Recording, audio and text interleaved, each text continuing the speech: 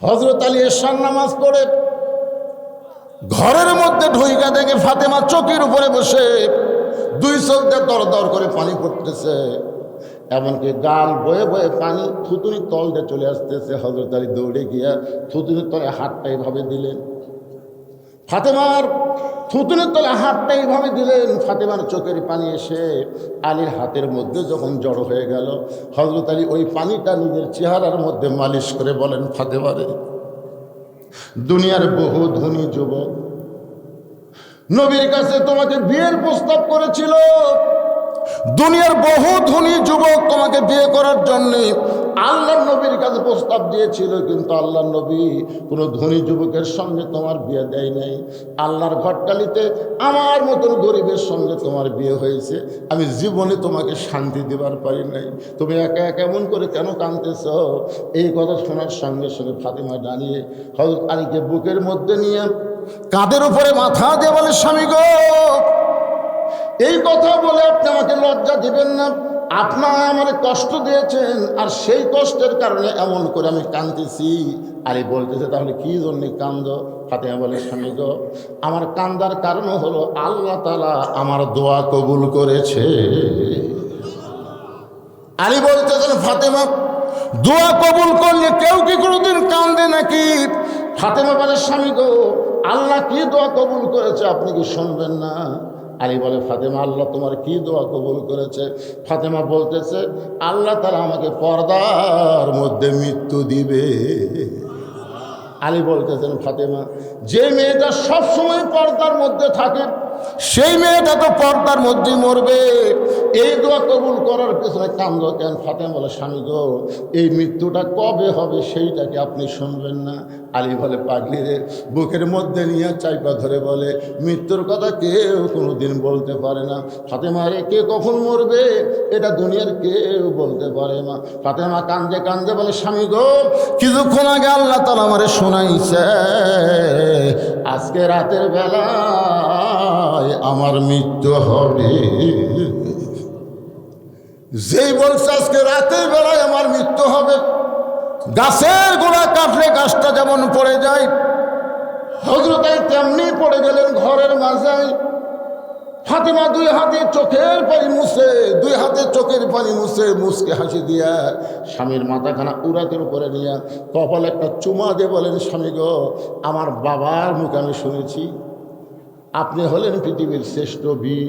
খালি সুবহানাল্লাহ বললে হবে না, নামাজ ধরা লাগবে, নামাজ ধরা লাগবে। এই জন্য 1 নম্বর ঈমান, 2 নম্বর হলো আমিলুস সালিহা, নেক আমল করা লাগবে। নেক আমলের মধ্যে 1 নম্বর নেক আমলের নাম হলো নামাজ। যে নামাজ না পড়লে ঈমান থাকবে না। রাসূল বলেছেন, লা সালাতা লা ঈমানা, যার নামাজ নাই তার ঈমান নাই। লা সালাতা লা দীনা, যার নামাজ নাই তার কোনো ধর্মই নাই। বাইনাল আবদি ওয়াল কুফরি তারকুস সালাত, বান্দার কাফেরের মধ্যে পৃথক করার জিনিসটার নামই হলো নামাজ। এখন আপনাদের বোঝানোর জন্য বলতেছি, এই পুরুষ মানুষের জন্য 1 নম্বর নেক আমলের নাম হলো। কিন্তু আমার মা বোনেরা যারা পর্দার অন্তরালে বসে শুনতেছে, ওনাদের জন্য 1 নম্বর নেক আমল কিন্তু নামাজ না। নারীদের জন্য 1 নম্বর নেক আমলের নাম হলো পর্দা। জোরে বলেন, নাম কি? আচ্ছা, আপনাদের এই শৈলকূপ এলাকায় কোনো মেয়ে মানুষ কি মাথার চুল বেচা খায়?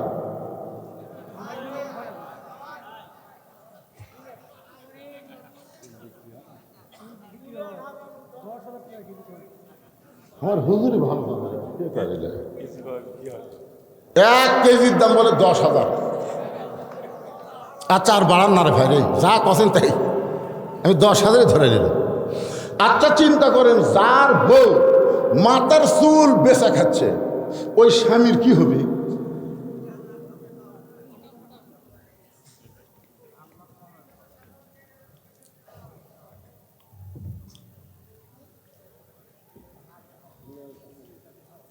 এই মাথার চুল যে বেচা খাচ্ছে, কিছু হবে না? মেয়ে মানুষ মারা গেলে কয় কাপড়? জোরে বলেন, কয়টা? 7টা। পুরুষের মতোই 3টা কাপড় মেয়েদের পরান লাগে, পুরুষের মতোই 3 কাপড়। আর দুইটা কাপড় মেয়েদের বেশি পরাতে হয়, একটা হলো সিনা বান আর একটা হলো মাথা বান। একটা হলো সিনা বান আর একটা হলো মাথা বান। এখন বলেন, যে মেয়ে মানুষ জীবিত অবস্থায় মাথার চুলি বেচা খায়, ওই মেয়ে মানুষ মরার পরে মাথা বান্ধা কোনো লাভ হবে না। তাই আমার মা বোনদের জন্য পর্দার ওয়াজ শুরু করতে গিয়ে বললাম, মা, যারা মাথার চুল বিক্রি করেছেন আজকে তওবা করেন, আর জীবনে কোনোদিন মাথার চুল বিক্রি করবেন না।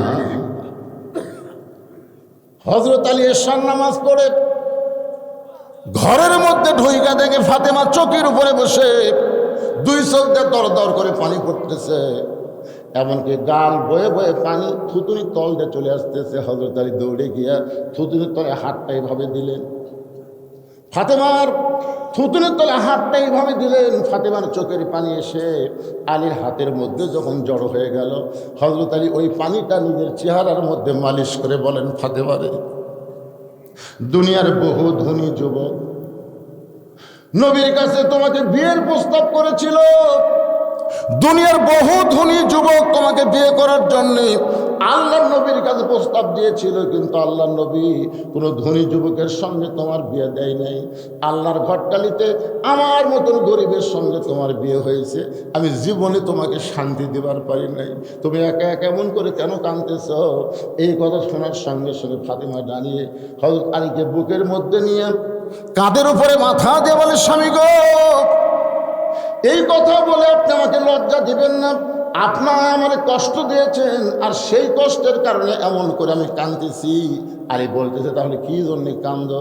ফাতেমা বলে, স্বামী গো, আমার কান্দার কারণ হলো আল্লাহ তাআলা আমার দোয়া কবুল করেছে।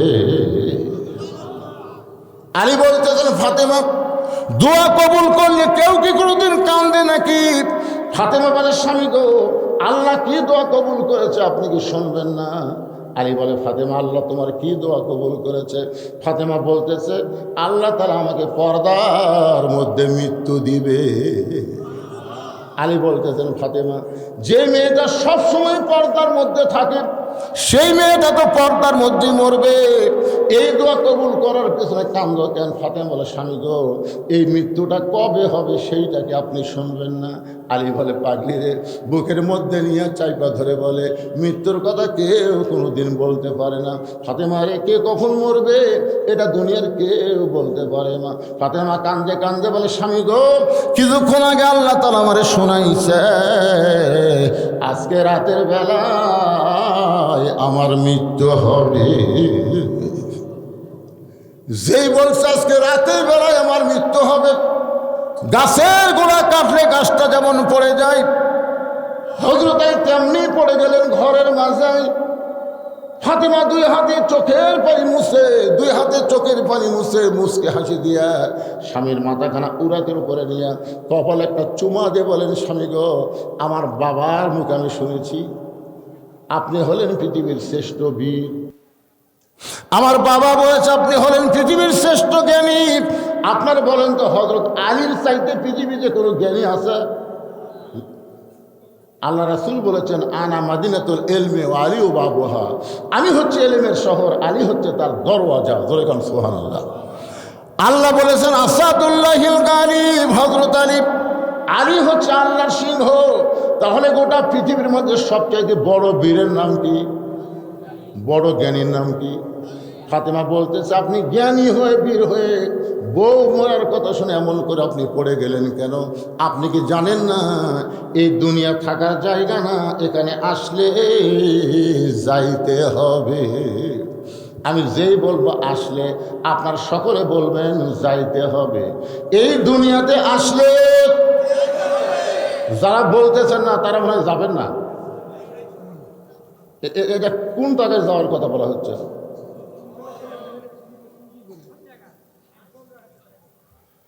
একজন বলতেছে মহিলার চুল উঠলে কি করবি? মহিলার চুল যদি তোলে 1.5 হাত মাটি খুঁড়বি। কয় হাত? সারা বছরের চুল এক জায়গায় জড়ো করে 1.5 হাত মাটি খুঁড়ে মাটির তলে কবর দিবি। চুলগুলো কি করবি? ওই বেঁচে খাবি? কি যে বিপদ রে! একটু মনোযোগ দিয়ে শোনেন, আমার মায়েদের জন্য বলতেছো আমিলুস সালিহাত। পুরুষের 1 নম্বর নেক আমল হলো নামাজ, আর নারীদের জন্য 1 নম্বর নেক আমল হলো পর্দা। ফাতেমা বলতে স্বামীকে এই দুনিয়াতে আসলে যাইতে হবে, আজকে রাতের বেলা যখন আমি বিদায় নেব আমার 3টা চাওয়া আপনাকে পুরা করা লাগবে। আলী ছোট বাচ্চার মতন কান্দার বলে, ফাতেমা দুনিয়াতে গরিব ছিলাম বলে তুমি কিছুই চাইলা না, মৃত্যুর পরে তুমি কি চাইবা ফাতেমা? 1 নম্বর চা হলো রাতের অন্ধকারে আমাকে কবর দেওয়া লাগবে। আমার 2 নম্বর চা হলো আমার কোনো জানাজার ব্যবস্থা করা লাগবে না। আমার 3 নম্বর চা হলো আমার লাশটা খাটনিতে আপনি তুলবেন না। ফাতেমা বলতেছে আমি মরে যাওয়ার পরে 4 জন পুরুষ মানুষ খাটনি কান্দে নেবে, এমন 4 জন পুরুষ মানুষ আমি দেখতে পাচ্ছি না। যদি আমার বাবা দুনিয়াতে থাকতো, মরা মেয়ের লাশের খাটনি বাবা কান্দে নিবার পারত, কিন্তু 6 মাস আগে আমার বাবা দুনিয়া থেকে বিদায় হয়ে গেছে। ওগো স্বামী, আমার হাসান হুসেন এত ছোট, এরা মায়ের লাশের খাটনি কান্দে নিবার পারবে না। এই জন্য আপনি শুধু আমার দেহটা কান্দে করে নিয়ে ওই জান্নাতুল বাকির পূর্ব কোণায় সবুজ রঙের একটা বাতি জ্বলবে, ওই বাতি বরাবর আপনি আমাকে দাফন করবেন।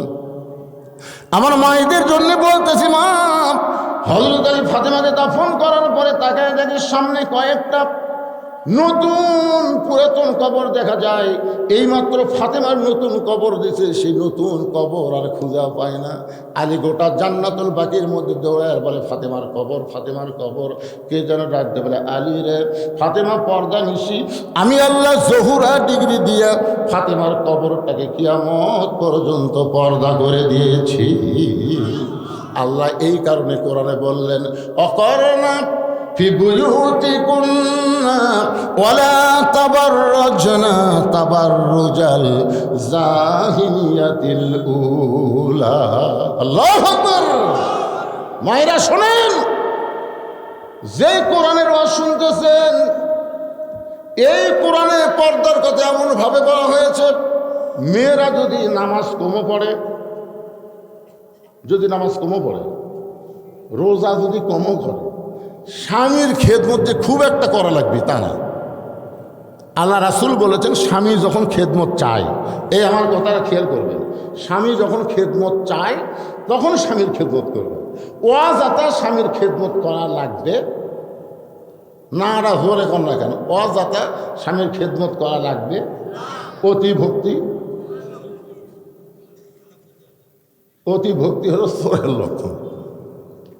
কি কয়েকদিন আগে আমার এলাকায় একটা মেলা হলো, মেলা ইসারে সব 5টির মেলা।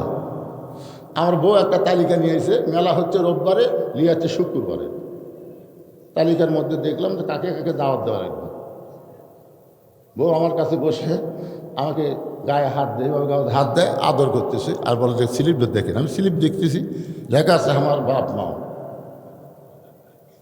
আমার ভাই বউ, আমার বোন, আমার বোনের স্বামী, আমার বোনের জামাই, বোনের মেয়ে, এরকম 8-10টা লিখেছে। এর মধ্যে আমার একটাও নেই। তাই বললাম, কে গো, খালি তোমার গ্রুপের গুলো লিখলে, আমার গ্রুপটা শীতের দিন এত ল্যাপটপ নাই। শীতের দিনে এখন সবাইকে দাওয়াত দেওয়া লাগবে না, এবারকার আমার গ্রুপ দেন, সামনে বছর আপনার গ্রুপ দেবেন। আমি বললাম, ওই জন্যই তো তুমি আমার দাওয়াত হাত দিয়েছে।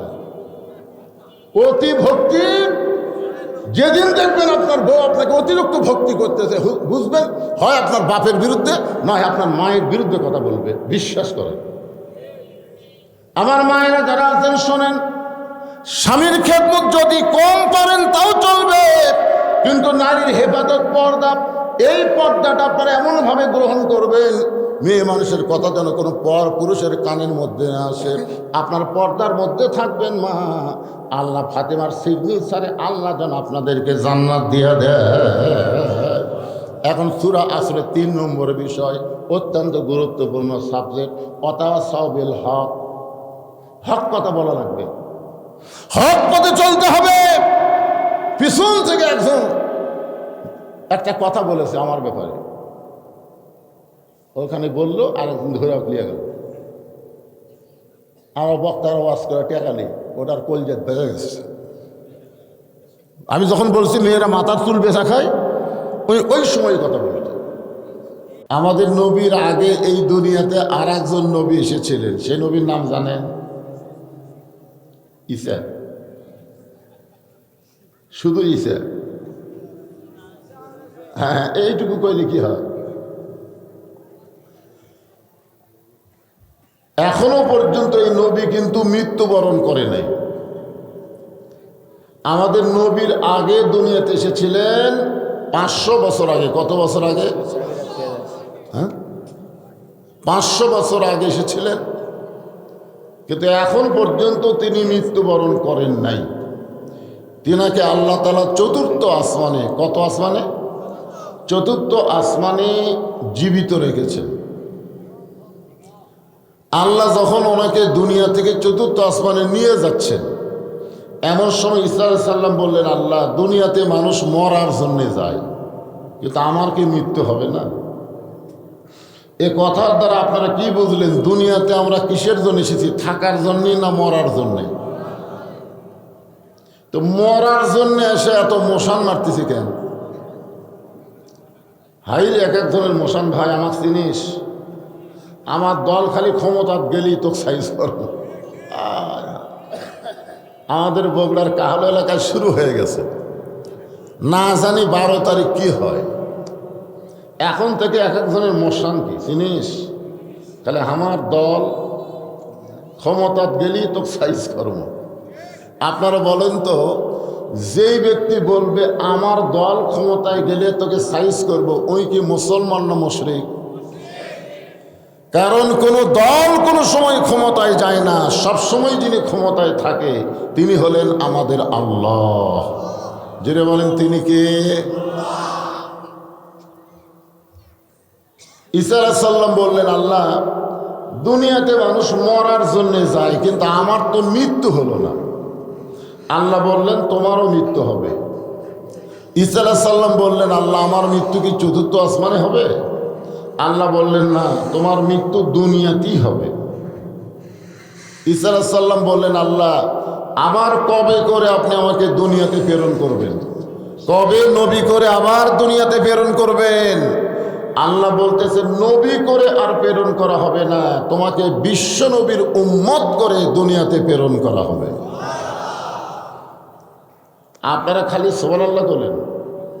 আর ঈসা আলাইহিস সালাম এই খবর শোনার সাথে সাথে এক নিয়তে 4 রাকাত শুকরিয়াতার নামাজ আদায় করেছে। তো আল্লাহ বললেন, ঈসা, বিশ্বনবীর উম্মত করে তোমাকে দুনিয়াতে প্রেরণ করা হবে, তুমি শুকরিয়াতার নামাজ পড়লে কেন? ঈসা বলতেছে, আল্লাহ, আপনি তো সবই জানেন, জানার পরেও যখন শুনতে চান তাহলে শোনেন। আমাকে নবী করে দুনিয়াতে প্রেরণ করেছিলেন, আমি তত খুশি হতে পারিনি যত খুশি হয়েছি বিশ্বনবীর উম্মত করে দুনিয়াতে প্রেরণ করবেন। এইটা শুনেই আমি 4 রাকাত শুকরিয়াতার নামাজ আদায় করেছি। একজন নবী আমাদের নবীর উম্মত হওয়ার কথা শুনে যদি এত খুশি হয়, আর আমরা সেই নবীর উম্মত, কি খুশি নাই? তো মনে হয় বেজার বেজার ভাব। এই জন্য আমার সঙ্গে সবাই বলবেন, নবী না হয়ে দুনিয়ার, না হয়ে ফেরেশতা আল্লাহর, হয়েছি উম্মত আপনার, তার তরে শুকুর। 1000 বার। যে সময় গজল লেখছে তখন 1000-এর পরে মানুষ হিসাবই জানত না। সেই সময় মানুষ 20 হিসাব করতো, 1 কোটি 2 কোটি, 20 মানে 20। আমার দাদি তো জীবনে 100 বুঝেইনি, 1 কোটি 2 কোটি। সেই সময় 1000 ছিল সবচাইতে বেশি। তো বর্তমান বাংলাদেশে 1000-এর কোনো খাওয়া আছে? তার আপনারা তালত বললেন 1000 বার, তার মানে আগের দায় কয়া লাগবে। হিসাব না জানলে আগের দায় কম। আর যদি হিসাব জানেন তাহলে 1000-এর বেশি অন্য কিছু আছে। তার তরে শুকুর কোটিবার, সবাই বলবেন, তার তরে শুকুর কোটিবার। আলহামদুলিল্লাহ। আমাদের ভাগ্য কত ভালো। যদি আমরা আটকে যাই দুনিয়াতে, না দুনিয়ার এলা বিচার হলো 1000 বিচার, জোরে খান কথা ঠিক কিনা? হাসিনার সময় তো বিচারই হয়নি। এখন ইউনূসের সময় দেখতেছেন এক দল নেতা খালি মিলিটারি দিয়ে পুলিশ দিয়ে পাওয়া দিচ্ছে, আর এক দলের নেতারা একলা একলা ঘুরতেছে, জোরে খান কথা ঠিক কিনা? এইগুলা কোনো বিচার, এগুলোর নাম হলো অবিচার। জোরে খান কি? অবিচার। বিচার আসল জায়গায় হবে, যেই বিচারকে বলা হয় শেষ বিচার। জোরে বলেন কি বিচার? একটা গান আছে, আছেন আমার মুক্তার, আছেন আমার ব্যারিস্টার, শেষ বিচারের হাইকোর্টেতে তিনি আমায় করবেন পার, আমি পাপী তিনি জামিনদার। আল্লাহ যখন হাকিম হইয়া আমাদেরকে আসামি বানায় বিচার শুরু করবেন, ওই সময় আমাদের নবী উকিল হয়ে ব্যারিস্টার হয়ে আল্লাহর কাছে আমাদের পক্ষে ওকালতি করে আমাদেরকে সুপারিশ করে জান্নাতে পৌঁছায় দিবে। এমন একজন নবীর উম্মত হওয়াতে আপনারা খুশি না বেজার? খালি খুশি মুখে মুখে হলে হবে না তো। আল্লাহ বলেছেন, কুল, হে রাসূল আপনি বলেন, ইন কুনতুম তুহিব্বুন আল্লাহ ফাত্তাবিউনি ইউহিব্বুকুমুল্লাহ। হে রাসূল আপনি বলেন, কেউ যদি আমি আল্লাহর গোলামি করতে চায়, আমাকে ভালোবাসতে চায়, আমার ভালোবাসা পাওয়ার চায়, তাহলে তাকে একটা মাত্র কাজ করা লাগবে। কয়টা? সেই কাজটা হলো ফাত্তাবিউনি, আপনাকে ইত্তেবা করা লাগবে, আপনাকে অনুসরণ করা লাগবে। আপনাকে যারা ইত্তেবা অনুসরণ করবে, ইউহিব্বুকুমুল্লাহ, আমি আল্লাহ তাদেরকে মহব্বত করে ইয়াগফির লাকুম যুনুবাকুম, জীবনের সমস্ত গুনাহ মাফ করে দেব। এখন বলেন তো, সেই নবীর ইত্তেবা কিভাবে করবেন? সে নবীকে অনুসরণ করবার গেলে নিয়ম আছে না নাই? দরকার আছে না নাই? আল্লাহ নবীর 63 বছরের জীবনের 23 বছর আমাদের খুবই খেয়াল করা লাগবে। কয় বছর? 23 বছরে মক্কা হলো 13, মদিনা হলো 10। মক্কার কত? 13 আর মদিনার হলো 10। এখন মক্কার 13 নিয়ে যদি বক্তারা ওয়াজ করে, মানুষ খুব একটা রাগ করে না, কিন্তু ওই মদিনার 10 বছর নিয়ে যদি কথা বলবার চায়, তখন অনেকে হুজুর আবার কি শুরু করলো।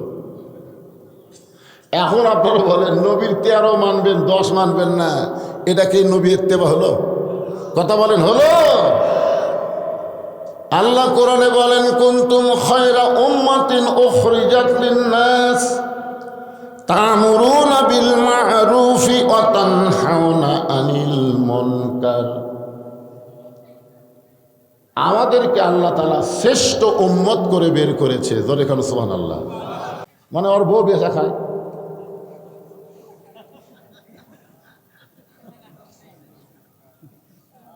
আপনারা কি মনে করছেন? তদন্ত না করে কোনো কথা বলা ইসলামে জায়েজ নাই। তদন্ত না করে আল্লামা সাইদি হুজুরকে হাসিনা 13 বছর জেলখানায় বন্দি করে রাখছে। শুধু এই নয় ভাবে একটা আলেমকে জেলখানায় বন্দি করে রাখা, হাসপাতাল নিয়ে গিয়ে তাকে হত্যা করার কারণে হাসিনাকে আল্লাহ গোষ্ঠী শুদ্ধা পালাইয়া দিছে। ধরে কোন কথা কন না কেন ভাইজান? আলেমদের চিনেন না? এই আপনাদের এলাকা যত মাহফিল করছি, আমি যত মাহফিল করছি, এই মাদ্রাসায় মাহফিল করছি, আমাকে হুজুর বলতে, হুজুর আপনার কত, মানে 200 টাকা দিয়েছে। আসলে হুজুর 200 দেয়নি, 2000 দিয়েছে। 17 বছর আমি ওয়াজ করছি, 17 বছর। কে কি দিছে আমি টাকা দেখিনি। কতগুলা চালাক, উপরে দিছে 500, ভিতরে খালি 10 টাকা লোক দিয়ে এই মানে মোটা করে আমার হাতত দিয়েছে। আমি তো মনে করছি অনেক দিয়েছে, পকেটে থুস। এভাবে কত বছর? একটা হক কথা শোনেন, 17 বছর ওয়াজ করছি। 2007 সালে আমার সাহাবী যখন অ্যাক্সিডেন্ট করে মারা গেল, একই সাথী ছিলাম, একই গাড়ি, কিন্তু আমার সাহাবী মরে গেল, আমি বেঁচে গেলাম। কিন্তু আমি অঙ্গহানি হলাম। হাসপাতালে ছিলাম, বাড়িতে এসে আব্বা বলে, এই তুই যদি মরতি তাহলে তোর কি হতো? তুই যে ওয়াজ করে বেড়াস, তখন ইউটিউব ছিল না, ফেসবুক ছিল না, এরকম ঠেঙ্গা ছিল না, যেখানকার ওয়াজ সেখানেই শেষ। তাই বললাম, বাবা তাহলে কি করব? বলে, আল্লাহ রাসূলের জন্য কিছু একটা কর, তুই মরে গেলেও যেন মানুষ তোকে মনে রাখে। তখন 2007 সাল থেকে যা ওয়াজ করে টাকা পাচ্ছি, 2014 সালে যায় 12 শতক জায়গার উপরে প্রথম আমি মসজিদ মাদ্রাসা শুরু করি। সেই জায়গায় এখন 235 শতক হয়ে গেছে। যারা আমার দাওয়াত দিবার চায় তারা নিজের চোখে দেখে আসে। এই যে আপনার যে টাকা দেন, এই টাকা আমি নিজে খাই না ভাই, মসজিদ মাদ্রাসা এতিমখানা তৈরি করি। পৃথিবীর একটা লোকও বলতে পারবে না যে আমার মাদ্রাসা মসজিদ এতিমখানা তৈরি করতে গিয়ে আমি কারো কাছ থেকে একটা টাকা নিয়েছি। একটা টাকা কোনো দান সদকা দেওয়া হয় না। তো ওয়াজ করে করে যে টাকা নেওয়া হয়, একটা মহিলা মাদ্রাসা এখন 3 তলা, আর একটা ছেলে মাদ্রাসা, এতগুলো ওস্তাদ বাবুর্চি শিক্ষক বাচ্চাদের খাওয়া, এগুলো টাকা তো আপনারা দেন। আগে ফাঁকি মারছেন, এখন টাকা দিচ্ছেন কিসের জন্য? আমার জন্য। তো তদন্ত না করে আজগুবি কোনো কথা বললে আপনার অবস্থাও হাসিনার মতোই হবে, হাসিনার মতোই হবে। আমি বলে গেলাম, আল্লাহ কোরআনে বলেছেন, ইন্নামা ইয়াখশাল্লাহ মিন ইবাদিহিল উলামা, বান্দা সমূহের মধ্যে আলেম বান্দারা আল্লাহকে বেশি ভয় করে। এ কথা কোনো মানুষের না, এই কথা হলো আমার আল্লাহ। জোরে জোরে কথা ঠিক না? তাহলে আল্লামা সাঈদী হুজুর মানুষের বাড়ি পুড়া দিছে, মানুষের জমি দখল করছে, নারী নির্যাতন করছে, এগুলো একটাও করে নাই। বিনা দোষে অন্যায়ভাবে তাকে জেলখানায় বন্দি করে রাখছে। জেলখানায় বন্দি করেও যখন আমরা দোয়া করি প্রতিদিন ছাই সুন্দর হয়, ভারত কয় খবর কিরে মরে না তো, যাবজ্জীবন কারাদণ্ড দিলে আমার তো কারণ মরে কয় না, দিন দিন যে জব হচ্ছে। তখন জেলখানা থেকে বের করে হাসপাতাল যখন নিয়ে যায়, একটা হাসি দিছিল, আপনারা দেখছেন? সেই হাসি জান্নাতের হাসি। শুধু ওই হাসিটাকে কলিজায় ধরে রাখার জন্যে আমি সাঈদী হুজুরের নামে আমার মাদ্রাসার দোতলায় একটা আল্লামা সাঈদী হুজুর কনফারেন্স হল তৈরি করছি, আপনাকে এই 1000 টাকা দিয়ে। ওয়াতাওয়াসাবিল হক। আজও যদি আপনি হক কথা বলেন, হক পথে চলেন, নানা রকম বিপদ আপদ মুসিবত দিয়ে আল্লাহ আপনাকে পরীক্ষা করবে। জোরে কথা কন না কেন হয়ে যাবে। সূরা আসরের 3 নম্বর বিষয় হলো ওয়াতাওয়াসাবিল হক। এরপরে 4 নম্বর বিষয় হলো ওয়াতাওয়াসাবিস সবর। ধৈর্য ধারণের উপদেশ দিয়েছেন কে? ইন্নাল্লাহা মা'আস সাবিরিন। এই যে আপনার ধৈর্য নিয়ে বসে আছেন, এই যে ধৈর্য নিয়ে বসে থাকার কারণে আল্লাহর কোরআন নবীর বিধান থেকে আপনারা কিছু কথা শুনতে পাচ্ছেন। জোরে কান ঠিক কিনা? আজকে আমাদের মায়েরা ধৈর্য হারা হওয়ার কারণে, আমরা ছোটবেলায় গান গাইছি, কি বলবো প্রসবের কথা, মা বিনে সেই ব্যথা কেউ তো বুঝিবে না, মাজন থেকে সন্তানের দায় অকালে মা মারা যায়, কেন সে মায়ের ভক্তি করো না, এমন দরদি ভাবে কেউ হবে না আমার মা, মা গো। এখন বলেন তো মায়ের ধৈর্য আছে? আমার কাছে নিয়ে এসে কয়, হুজুর সন্ধ্যার খালি কান্দে, পানি পড়া দেন। পানি পড়া দিলাম, কান্নারও বেড়ে গেছে। কয় হুজুর পানি পড়া দিলে হবে না, সরাসরি ফুঁ দেন তো। আয়াতুল কুরসি সূরা ফাতিহা পড়া ফুঁ দিলাম, কান্না আরও বাড়িয়েছে। এই বাচ্চার মাও বলতেছে এখন আর ফুঁ ফাঁদে হবে না হুজুর, দোয়া ধরে দিন শেষ। 3-4-5 মাস পরে বললাম, মা তোমার বাচ্চাকে আর কান্দে, আর কান্দে না। তো কান্দন বন্ধ হলে কোন দোয়া দেয়? না হুজুর দোয়া লাগবে কে? যখনই কান্দে মোবাইল চালু করে দিই। আপনি জানেন আমার বাচ্চা মোবাইল ছাড়া ভাতই খায় না। আমি বললাম, মা একটা হক কথা বলো তো, তোমার বাচ্চা কি নর্মালে হচ্ছে না সিজার করা? তখন হুজুর আমি সত্যি কথা কও। তখন বলতে সিজার করা। এই জন্যে আল্লাহ বলেছেন ওয়াতাওয়াসাবিস সবর, ধৈর্য ধারণ করো। নরমালি বাচ্চা নাও, তোমার বাচ্চা নষ্ট হবে না, তোমার বাচ্চা মোবাইলের পাগল হবে না, তোমার বাচ্চা আল্লাহর পাগল হবে। জোরে কার কথা ঠিক কি না? কোনোদিনও বাচ্চা হয় নাই, বিয়ে হয়েছে মায়ের, এবার প্রথম বাচ্চা হবে। আপনার বলেন তো প্রসবের একটা ব্যথা আছে না নাই? এই ব্যথা যখন শুরু হয়েছে মা তখন অধৈর্য হয়ে বলতেছে, গলার দড়ি দিব, বিষ খাবো, মরে যাব, এই জীবন আর আমি রাখবো না। দাদি নানি মুসকি মুসকি হাসতেছে। নাতনি বলে, আমি প্রসব ব্যথায় মরে যাচ্ছি, গলার দড়ি দিবার চাই, আর তোমরা হাসো কেন? দাদি রানি হাসতে হাসতে নাতনিকে ঘরের মধ্যে নিয়ে যায়, বিছনায় শোয়া দিয়ে ঠান্ডা কাপড়ের মধ্যে নরম কাপড় চুবড়ায় চুবড়ায় কপালে দিয়ে বলতেছে, অতাসবিসবর, ধৈর্য ধর, ধৈর্য ধর। বলে, এত ব্যথা আমি তো সহ্য করতে পারি না। দাদি রানী বলতেছে, পাগলি রে, তুই কি জানিস মায়ের পায়ের তলে সন্তানের জান্নাত, মায়ের পায়ের তলে সন্তানের জান্নাত, মায়ের পায়ের তলে সন্তানের জান্নাত, একটু ধৈর্য ধর। এমন কথা বারবার বলতে দাঁতের উপর দাঁতে যখন ধৈর্য ধরেছে, এমন সময় দাদি ধাত্রীকে বলতেছে, মা টান। বাচ্চা যখন টান মেরেছে, মেয়া করে বাচ্চা কান্না শুরু করলো। মা এদিকে বেহুশ হয়ে পড়ে গেছে। বাচ্চাকে গোসল করায় ওই বাচ্চা এনে যখন মায়ের বুকে দেয়, সঙ্গে সঙ্গে মা হুঁশ ফিরে পায়। হুঁশ ফিরে পাওয়ার পরে হাত দিয়ে বাচ্চাকে মুখের কাছে নিয়ে জিহ্বা বের করে চুমু খায়। দাদি নানি তিরস্কার করে, বলে, একে লাত্তি দিয়ে ফেলা দেয়, এর জন্যই গলার দড়ি দেবার চাইলি, এই জন্যই বিষ খাবার চাইলি, এরা বল আদর করতেছিস কেন? মা তখন মুসকে মুসকে হাসার বলে, দাদি, কষ্টের পরে এমন শান্তি আমি আগে বুঝতে পারি নাই। এই বাচ্চা বুকে নেওয়ার সাথে সাথে আমার প্রসব ব্যথা সব ভুলে গিয়েছি। আজকে বাংলাদেশে আমরা মুসলমান অনেক কষ্ট পেয়েছি, হাসিনা আমাদের অনেক কষ্ট দিয়েছে, সামনে আমাদের আরো অনেক কষ্ট থাকতে পারে। মা যেমন প্রসব ব্যথা সহ্য করে, বাচ্চা কোলে পাওয়ার সঙ্গে সঙ্গে সব ব্যথা ভুলে যায়। আমরা বাংলার মুসলমান শুধু কোরআন শুনবো না, যেদিন কোরআনের সমাজ পাবো, কোরআন দিয়ে বাংলাদেশ চলবে, আমরা অতীতের সব কষ্ট ভুলে যাব।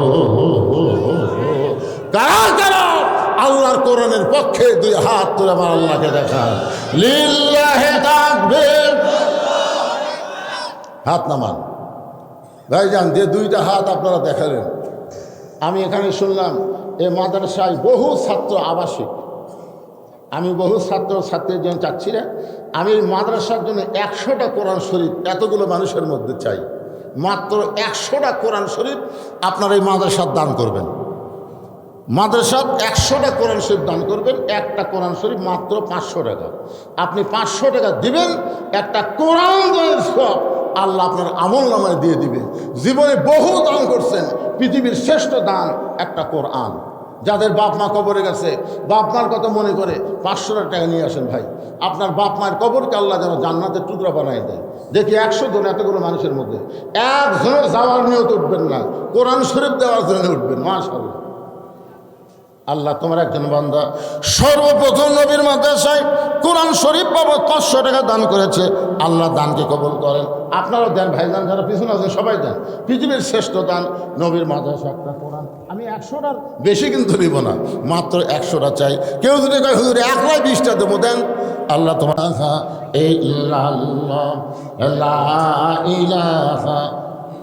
আর একজন আল্লাহর বান্দা 100 টাকা দান করছে, আল্লাহ দানকে কবুল করেন। আল্লাহ নেক নিয়ত নিয়ে গেছে পড়া, আল্লাহুম্মা আমিন। এর কত আছে? 500। আর একজন আল্লাহর বান্দা কোরআন শরীফ 500 টাকা দান করছে, আল্লাহ দানকে কবুল করেন। হুজুর ব্যাগ নিয়ে সেগুলো নিয়ে যান, এগুলো নিয়ে যান। ওখানে ছাত্র পাঠাচ্ছেন, আমি তো বলছি এগুলোকে মেয়েরাও দান করবে, মেয়েদের কাছে বিশ্বস্ত লোক যাবেন, মেয়েরাও দান করবে, সবাই দান করবেন। এই মাদ্রাসাকে মহব্বত করে আমি 500 করে টাকা চাইছি, 500 টাকা দিবেন, একটা কোরআন শরীফ দান করার সওয়াব আল্লাহ আপনাদের আমল নামায় দিয়ে দিবে। যারা পারছেন দিচ্ছেন, যারা পারেন নাই এই চাদরের মধ্যে যিনি যা পারবেন আল্লাহর হস্তে দান করবেন। আর আমার জন্য দোয়া করবেন। আমি আপনাদের দোয়া করে, অসুস্থ মানুষ, মুখ শুকে যাচ্ছিল, তারপরেও কষ্ট করে কিছুক্ষণ কথা আপনাদের সামনে বললাম। সবাই একটু আল্লাহর হস্তে মোহব্বত নিয়ে জিকির করি, লা ইলাহা ইল্লাল্লাহ, লা ইলাহা ইল্লাল্লাহ, জোরে লা ইলাহা ইল্লাল্লাহ, লা ইলাহা ইল্লাল্লাহ, লা ইলাহা ইল্লাল্লাহ লা ইলাহা। আপনি কষ্ট পাচ্ছেন? না না, কষ্ট ভালো লাগছে না। না, যাবার চাইছিলেন তো, একটু আটকে দিলাম। দোয়া করে দেবেন।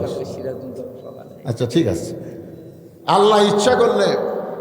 আমি দেখছি ভাই, শোনেন, 7 ঘন্টার ঘুম আল্লাহ 3 ঘন্টার মধ্যেও দিবার পারে না? অনেক মানুষ দেখবেন ঘুমের মধ্যে খারাপ স্বপ্ন দেখে সকালে উঠে গেছে আমার ঘুমই হয়নি। তা কী হবে, সারা ঘুমের মধ্যে খালি বাঘ ধাবড়াছে, সাপ ধাবড়াছে, ডাকাত ধাবড়াছে, মানে সারা রাত ঘুমের মধ্যে খালি দৌড়াছে। আবার আল্লাহুম্মা বিইসমিকা আমুতু ওয়া আহইয়া দোয়া পড়ে ওই যে অবস্থায় কেউ যদি বিছানায় ঘুমা যায়, দেখবেন সে রাত 2টার সময় যদি শোতে, ফজরে আজান আল্লাহ তার কানের মধ্যে ঢুকে দেয়। জোরে কান সুবহানাল্লাহ। নাওমাকুন সুবাতা, শান্তি। ঘুম হচ্ছে জান্নাতের একটা নিয়ামত। হ্যাঁ, আলহামদুলিল্লাহ, সবাই ইস্তিগফার পড়েন। আস্তাগফিরুল্লাহ রাব্বি মিন কুল্লি জামবি ওয়া আতুবু ইলাইহি। আস্তাগফিরুল্লাহ রাব্বি মিন কুল্লি জামবি ওয়া আতুবু ইলাইহি। লা হাওলা ওয়া লা কুওয়াতা ইল্লা বিল্লাহিল আলিয়্যিল আযীম। আপনি সব বিষয় দোয়া করে দিন। আল্লাহুম্মা আমিন। আল্লাহুম্মা আনতাস সালাম ওয়া মিনকাস সালাম। তাবারাকতা ইয়া যাল জালালি ওয়াল ইকরাম।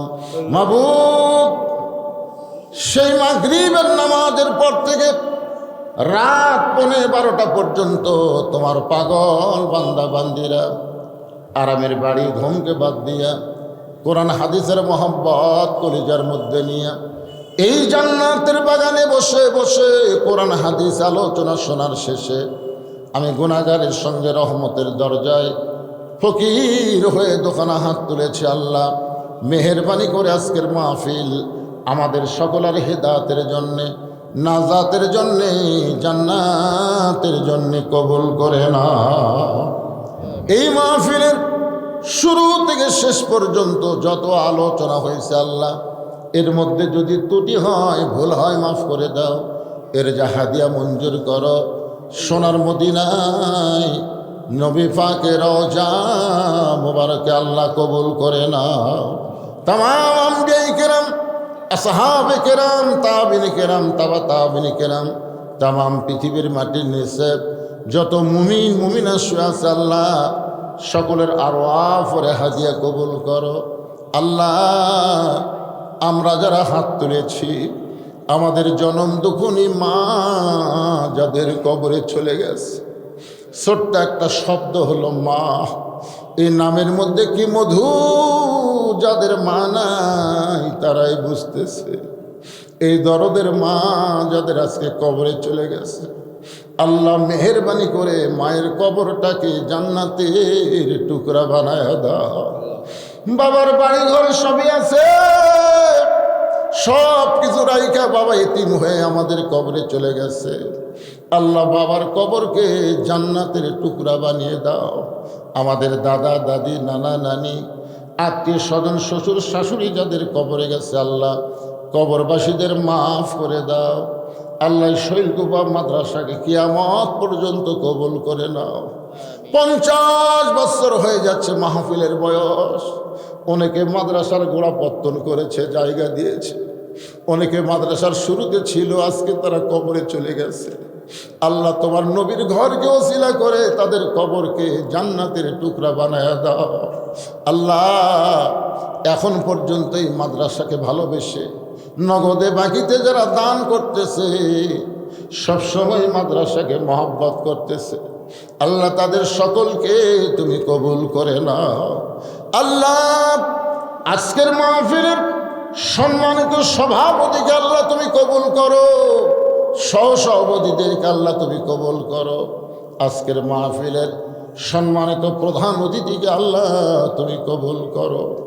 ওসমান গনি রাদিয়াল্লাহর সঙ্গে তাকে তুমি কবুল করো। আজকের মাহফিলের বিশেষ অতিথিদের আল্লাহ তুমি কবুল করো। আলেম ওলামাদের কবুল করো। এই শৈলকুপা মাদ্রাসার মুহতামিম হুজুরকে কবুল করো। হাফেজদের কবুল করো, ওস্তাদদের কবুল করো। আল্লাহ, ছাত্রদেরকে কবুল করো। যাদের মাথায় পাগড়ি পরানো হলো হত্যানে হাফেজ আলেম হিসেবে আল্লাহ তুমি কবুল করো। গোটা বিশ্বের মুসলমানকে আল্লাহ তুমি মাফ করে দাও। আমাদের বাংলাদেশের প্রতি আল্লাহ তুমি খাস রহমত করো। আমরা মিলেমিশে মহব্বতে বসবাস করতে চাই। সামনে 12ই ফেব্রুয়ারি কোনো নির্বাচনে সহিংসতা যেন না হয়। কারণ একই বাড়িতে কেউ আওয়ামী লীগ করে, কেউ বিএনপি করে, কেউ জামাত করে, কেউ আবার জাতীয় পার্টি, কেউ আবার হাত পাকা করে। একই বাড়ির অনেক সন্তান অনেক দল করে, আবার একই বাড়িতে এসে সবাই রাত্রেবেলা ঘুমাই। দুনিয়াবি দল আমরা করতে পারি, কিন্তু আখেরাতের দিক দিয়ে আমরা সবাই যেন কোরআনের পক্ষের মুসলমান, কোরআনের পক্ষে মানুষ হতে পারি। আল্লাহ তুমি কবুল করে না। এই আল্লাহ আমাদের মিলেমিশে মহব্বতে বসবাস করার তৌফিক দিয়ে দাও। পত্র এলাকার উপরে রহমত বরকতের দরজা খুলে দাও। আমার সম্মানিত মা বোনেরা যারা পর্দার অন্তরালে বসে বসে শুনেছে, আল্লাহ আবিদা সালিহা পদ্মা নিশি কবুল করে মা ফাতেমার চরিত্র দান করে দাও। আল্লাহ সুবহান রাব্বিকা রব্বিল ইজ্জাতি আম্মা ইয়াসিফুন ওয়া সালামুন আলাল মুরসালিন আলহামদুলিল্লাহি রাব্বিল আলামিন। ওয়াজাল আখিরাতি কালিমাতুন ইনদাল মাউতি। সকলে পড়েন লা ইলাহা ইল্লাল্লাহু মুহাম্মাদুর রাসূলুল্লাহ সাল্লাল্লাহু আলাইহি ওয়াসাল্লাম। আসসালামু আলাইকুম